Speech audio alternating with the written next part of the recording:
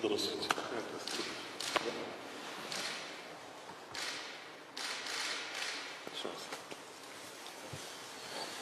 Уважаемый имам Аль-Шарипович, очень рад вас видеть. У нас хороший повод, 2 юбилея и в рамках договора самого и коллективной безопасности, и организации, которая была создана на его основе. Ну и, конечно, это очень хороший повод нам поговорить о ситуации в двусторонних отношениях. Мне очень приятно отметить, что Россия продолжает оставаться основным торгово-экономическим партнером Таджикистана по объему товарооборота. В прошлом году товарооборот вырос у нас очень серьезно, почти на 45%, а в этом году за первые 3 месяца свыше 70% вырос объем торговли, 70%. Это хорошая тенденция, которую надо сохранять. Есть этому причины, и связанные с сегодняшней ситуацией, но это все говорит о том, что наши отношения востребованы и развиваются самым активным образом.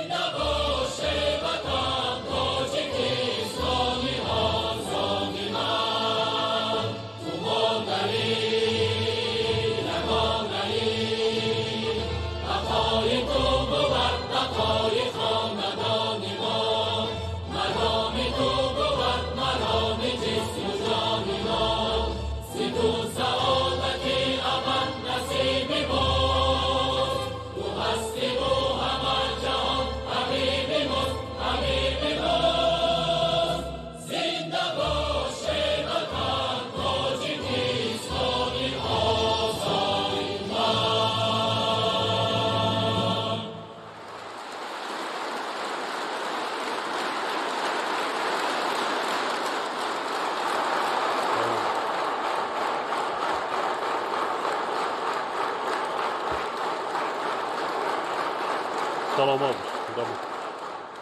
salomat shudid.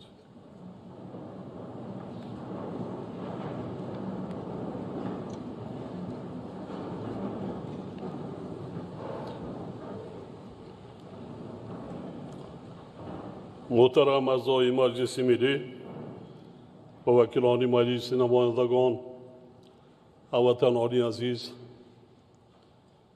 بعد چند روز دیگر سال 2021 که برای مردم شریف تاجیکستان یکی از سالهای واقعا تاریخی و فراموش نشونده 30 سالگی استقلالیت و آزادی وطن ما به مامان می باشد، سپری می شود و کشور عزیز ما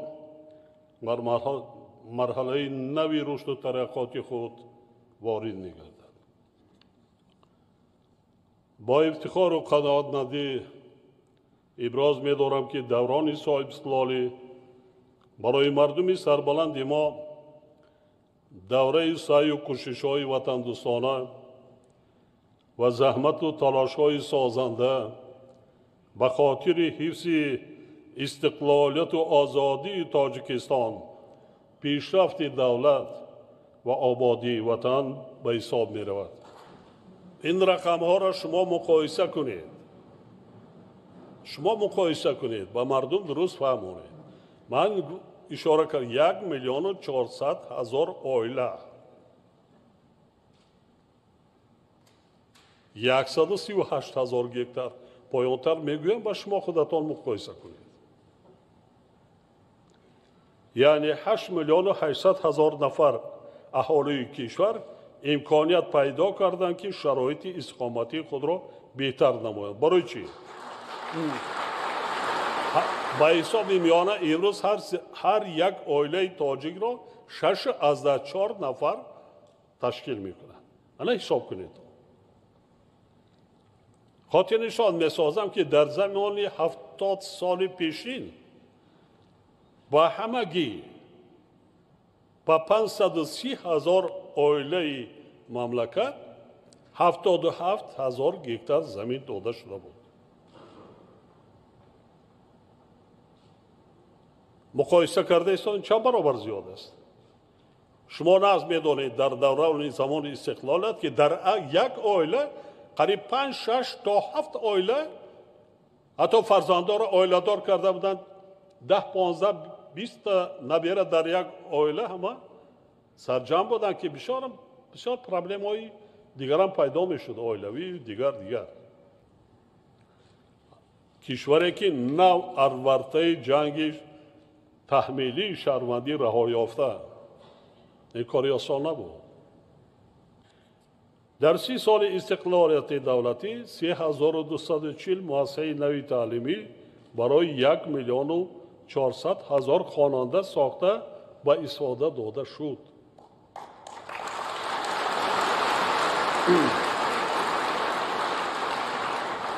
من در زمان شوروی در زمان پیش همگی 4,500 مؤسسه تعلیمی داشت که یکیش تاریخ 40 50 60 ساله دارد.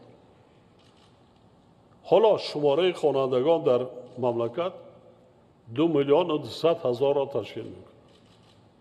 لیکن برای مهیا کردن شرایط باز هم درجه عالی تحصیل ما باز هم جدی کار کردن. اما در کار من مفصلتر باز در پایانتر ایستاده میگذارم. کودکس‌ها در بین مخصوصا صاحبکاران در بین اهالی خوب کار کردند. نه همه کودکس را میخواند میدانند، نه همه صاحبکار با واسطه تلویزیون، رادیو، واسطه اینترنت خب دانند صاحبکارها که چگونه امتیازات دولت برای آنها مهیا کرده است. کانال ما در سامانه یوتیوب هم نوا ابونه شو و از ویدیوهای نو با خبر باش.